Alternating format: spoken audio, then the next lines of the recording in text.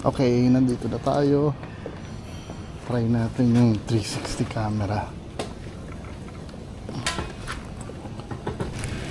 So ito yung gagamitin ko, mga kababayan ko. Meron akong selfie stick dito na may built-in na power bank.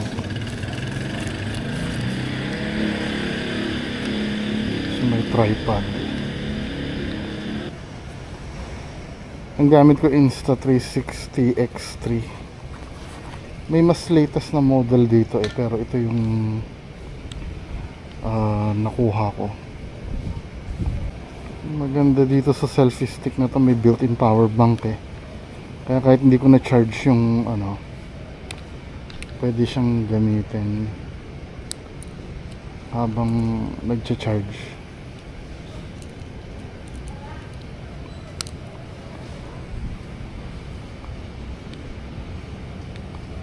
Tingnan natin.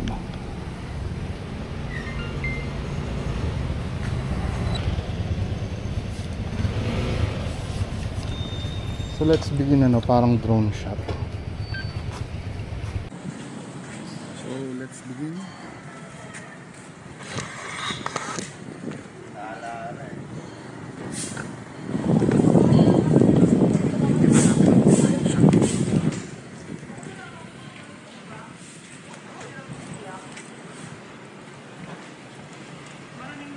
Actually, chine-check ko yung footage, nakikita ito. Dapat gawa ng paraan na hindi nakikita to Chine-check ko yung footage, Anyway. Marami rin nagpunta rin sa yung mga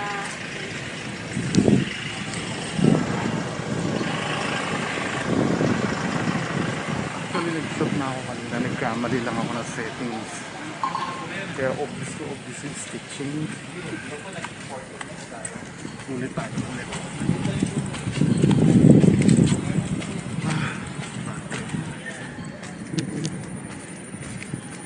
So ganito itsura kapag gagamitin yung 360 camera. Lahat ang angulo makukuha.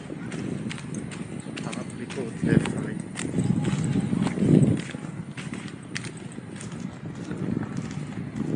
Kaya hindi gagamitin ito ng mga ng mga ghost hunter kasi lahat ng anggulo pwede mong kunin.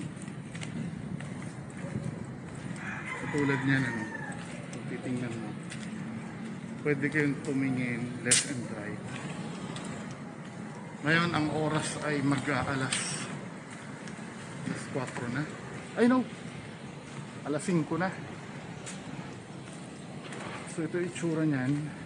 I-demonstrate lang natin kung maganda.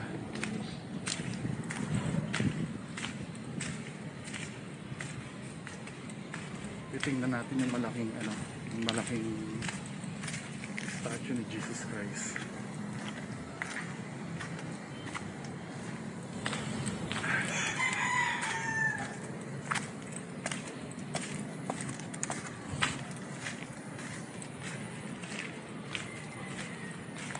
Maganda nito pagka halimbawa nasa ghost hunting ka, makita yung buong katawan mo habang naglalakad, left and right makukuha kapag 360 camera ang gamit. At ang maganda dito mga men, let's say buti nga walang tao ngayon extend ko lang yung paa ng tripod. Pwede siyang static camera. Kahit halimbawa nag-o-observe ka lang sa paligid, pwede mong ibaling left and right sa taas yung camera pati sa likod. Halimbawa may nangyari dito, pwede mong ituro yung camera dito, dyan sa likod or sa taas, diba? Kung mahaba-haba nga yung kung mahaba-haba nga to, parang drone shot na rin to kesa drone yung bilhin mo, yung 3 meters na selfie stick, pwede kasing ang gawin drone shot. Ang problem dito, matakaw siya sa memory. Kaya nga pag-iipunan ko yung kahit 256 man lang, 256 gigabyte. Kasi ito, binabaan ko lang yung settings nito. Pero ililipat ko yung settings ha. Gagawin kong 5.7K. Kasi ito 4K lang eh. Para makasave ng space. Gagawin kong 5.7K. Wait lang. Ito. 5.7K na. May difference ba ng quality? May difference ba quality niya? Or same pa rin? Kasi imagine nakatayo ka lang dito. Kung mag-observe ka sa paligid.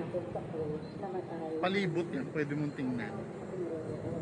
Katulad niya, nakaganto lang ako, pwede nyo makita yung statue ni Jesus Christ on Divine Mercy.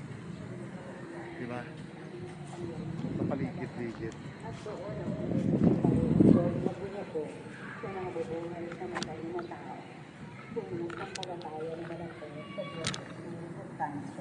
Sa Banayang Simbahang Katolika.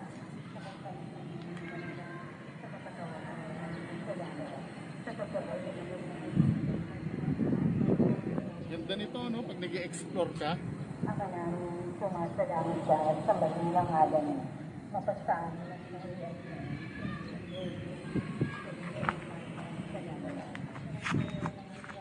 Tara, let's.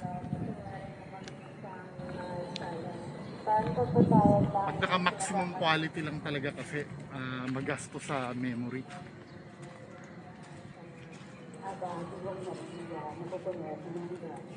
Ganda dito, mahaba pa yung selfie stick mo, no?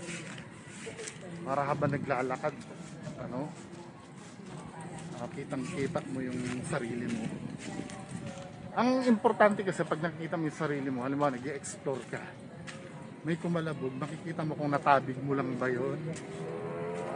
Machi-check agad. Kung ano yung nangyayari, pwede agad i-check.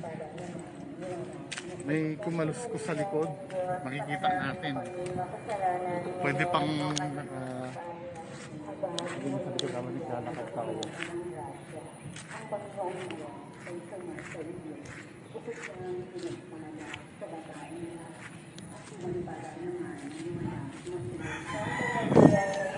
Okay, di ba?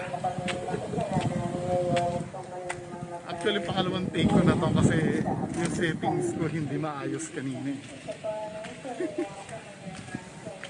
O nga pala mga kababayan ko, itong gamit ko, may built-in na power bank na itong, ginagamit ko to sa Osmo dati.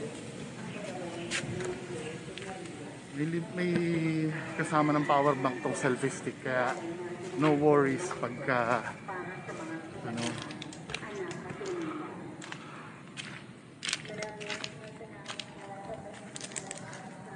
minsan pag mainit ang panahon dito nagkakantak ng misa eh. Dito sa covered court. Kaya madalas ako dito kasi may mga client akong taga dito. Kaya katulad ngayon, sinabay ko na rin i-test itong 360 camera.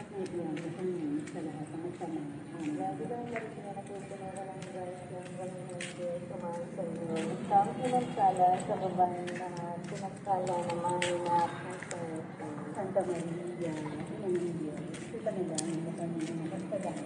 Ang kanyang namamatay. Ang gagawin na pinagkala sa babae na pinagkala naman na Santa Maria, ito talaga ang kanyang magpagdaan. Ang kanyang namamatay. Dito tayo sa may kantina.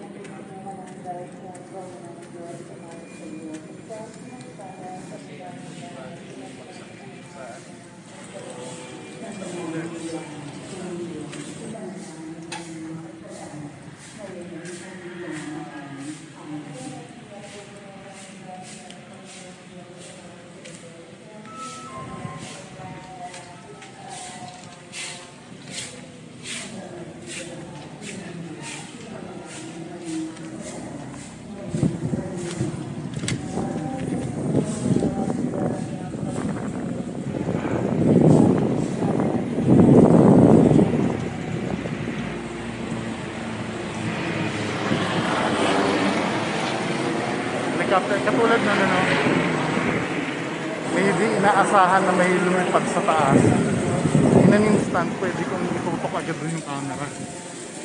Nakita niyo yung helicopter, di ba?